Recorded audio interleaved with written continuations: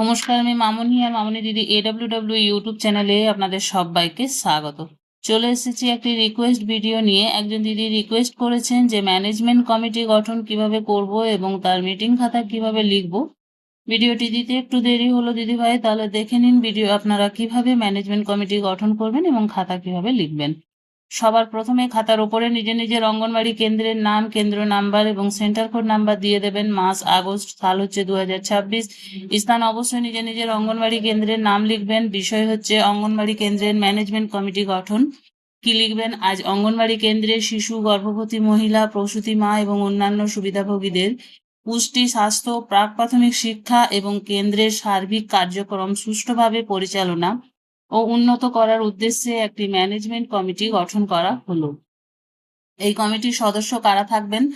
এই কমিটির সদস্য হবেন সভাপতি, প্রধান সদস্য, অঙ্গনওয়াড়ি কর্মী, কেন্দ্রের কার্যক্রম পরিচালনা ও সমন্বয়ের দায়িত্বে থাকবেন তিনি, সহায়িকা, AWH, আশাকর্মী, ANM বা স্বাস্থ্যকর্মী, গ্রাম পঞ্চায়েত বা স্থানীয় জনপ্রতিনিধির প্রতিনিধি। মায়েদের মধ্যে একজনকে প্রতিনিধিত্ব করার জন্য এখানে মায়ে রাখবেন।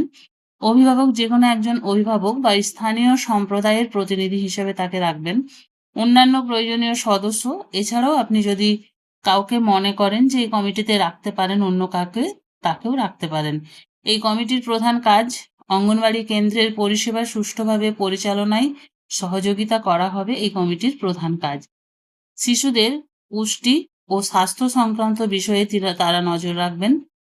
গর্ভবতী ও প্রসূতি মায়েদের স্বাস্থ্য ও পুষ্টি বিষয়ে সচেতন করা, শিশুদের প্রাক প্রাথমিক শিক্ষা ও বিভিন্ন কার্যক্রমে সহযোগিতা করা, কেন্দ্রের পরিষ্কার পরিচ্ছন্নতা ও নিরাপদ পরিবেশ বজায় রাখতে সহযোগিতা করা, কেন্দ্রের সমস্যা ও প্রয়োজনীয় বিষয়গুলো নিয়ে আলোচনা করে সমাধানের উদ্যোগ নেওয়া, অভিভাবক ও স্থানীয় মানুষের অংশগ্রহণ বাড়ানো, সরকারি বিভিন্ন কর্মসূচি সফলভাবে বাস্তবায়নে সহযোগিতা করা এবং এই মিটিং শেষে সকলে মিলে কি সিদ্ধান্ত নেওয়া হয় না উপরোক্ত সদস্যদের নিয়ে অঙ্গনওয়াড়ি কেন্দ্রের ম্যানেজমেন্ট কমিটি গঠন করা হলো।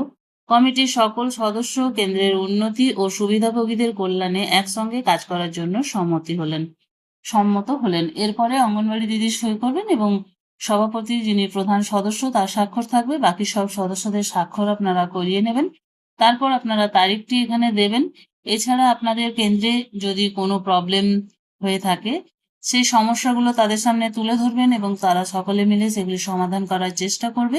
সেই নিয়ে আপনারা এই মিটিংটি যে কোনো সময়ই করতে পারেন। তো দিদিরা, এই ছিল আজকের ভিডিওটি ভালো লাগলে একটি লাইক করবেন, আমার চ্যানেলে নতুন হয়ে থাকলে চ্যানেলটি সাবস্ক্রাইব করবেন এবং ভিডিওটি বেশি বেশি শেয়ার করবেন যাতে আমাদের অন্যান্য দিদিদের কাছে পৌঁছে যায়। আজ এই পর্যন্ত, আবার চলে আসবো আরো একটি নতুন ভিডিও নিয়ে। Bye bye.